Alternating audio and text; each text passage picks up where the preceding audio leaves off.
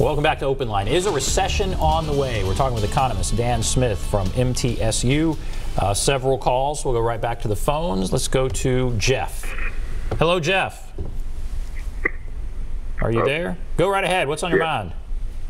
First, I would like to ask is, are we worried is the recession a discussion? Is that a political act? Is that like motivation to get reelected? And maybe possibly to discredit the president? Is it a false narrative?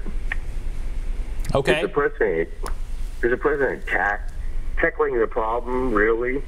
I mean, or is he fumbling the problem? All right, that's two questions. All right, thank you for that. Is it a false narrative? Is this a political narrative? People say, well, one party is voting for the economy to go down, so that party can get into power. Is this discussion a false narrative? First question. I share those concerns, right? We talk about self-fulfilling prophecy, and I think there's definitely one party that would like to see, I mean, the party out of power would always like to see the sitting president have a recession, especially right before election. So if there's any indicator, and in this case it's a powerful indicator, but it's only one and all the fundamentals are strong, I think they are overlatching on that, and that's running the risk of potentially putting us into a recession just because everyone's starting to think we're in a recession. So yeah, I share those concerns, and I think you're right on. Is the president fumbling this? Is there something he could do? And I guess we talked about the trade war. That's a really tangible thing that's unique to him. That's not something other presidents have done. But I guess outside of that, is he fumbling this, or is it something that's inevitable, or what about that? If I had his ear, I would tell him immediately drop the trade war as soon as possible. I am concerned about that. And then I'd also lay off the Federal Reserve. The Federal Reserve, if we're going to have it, needs to be independent, and it can't, if investors start recognizing that is succumbing to political pressure, well, then they're going to lose faith in the American dollar, and that's going to cause chaos throughout our economy as well. So yeah, I think there's definitely steps that he's not taking that could immediately help improve the situation. And aren't recessions inevitable? I mean, can we have a little recession that really doesn't hurt that bad, and then it kind of resets things? Aren't they inevitable? You have to have them every once in a while, right? We've gone a long time without one. So a recession is essentially, systematically, people are making errors in some capacity, that they're over-optimistic, they're making business investments, and the primary driver of that is when the Federal Reserve holds interest rates artificially too low.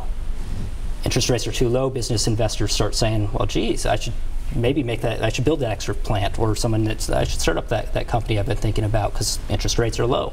So people start investing, but actually it's not real demand. People aren't actually saving up for those goods to purchase those goods because it's just artificially low rates set by the Federal Reserve. And I think that's the fundamental basis for recessions. And yes, sometimes you get a recession that's mild.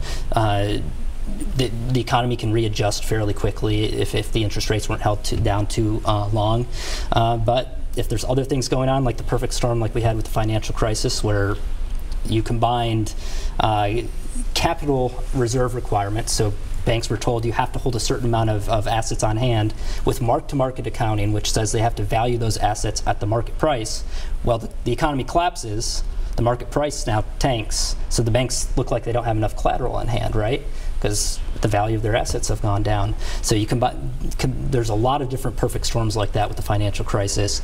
I don't see enough of those in the immediate near future lined up to cause me to worry about a recession, except for a trade war combined with self-fulfilling prophecy. Interesting. Okay, let's go to Phil. Hello, Phil. Yes, good evening. Hello, what's on your mind? Go ahead. Yes, sir. I called several times today. I just had one quick question, and I'm going to get off the line. I'd like to know your opinion, both of you gentlemen's opinion, on this question. Barack Obama was in office for 8 years. President Trump has been in office for 2.5 years. Barack Obama says that the reason the economy is doing as well as it is because of him. Donald Trump is saying that it's doing well because of him. What do you feel or who do you feel has done the most for the economy, for the American people, and how do you feel it's being handled now as it was handled before? That was the only question I had. Thank you. All right, who's doing a better job, Obama or President Trump? That's not a tough question. Not at all. Well, and all right, I'll let you answer that. But we can also talk about how much power does a president actually have, to influence the economy. And Phil asked both of us. I mean, what we have been hearing is the trade war is dangerous for the economy, and that's very unique to the current president. So that could be a real concern. But I'll turn to the economist and ask how much power. I guess, all right. His question: is one president doing a better job? Can you say, or is it all through a lens of a political lens? First of all, that, and then how much can presidents actually influence?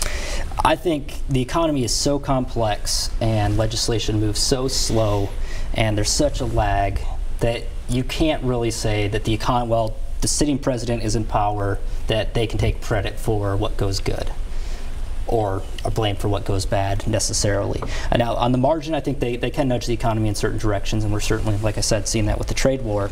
But overall, the president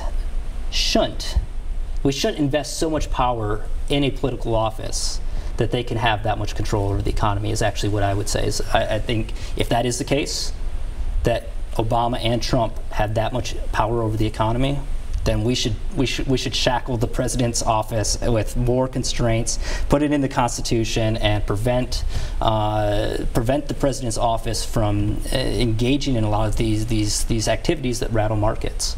They shouldn't. It used to be you ran for office as I'll set the legal framework for businesses to grow the economy. The economy wasn't the job of the president. The president should be creating jobs, right? This is a capitalist society. It's the entrepreneurs and business owners, the people that should be creating the jobs. And it concerns me whenever we start to, there's been this tendency in American politics to continuously turn to our elected officials. And are elected officials the best people at business? Usually not, right? I mean, they could, business owners make more in the private sector. That's why they don't go into politics. People make this joke about university professors as well, that if I could actually be a good investor, then I'd be filthy rich in the private sector. It's only failed business people that end up in the business schools. But I think there is something to that with political offices. Well, that is interesting. Because we hear both sides harp on it, and the caller's right. I mean, people say, okay, Obama deserves credit for this, and President Trump deserves credit for this. And so your answer is it's hard for it to all be about one president, and then you go further and say, if it is, that could be bad. That's almost scary.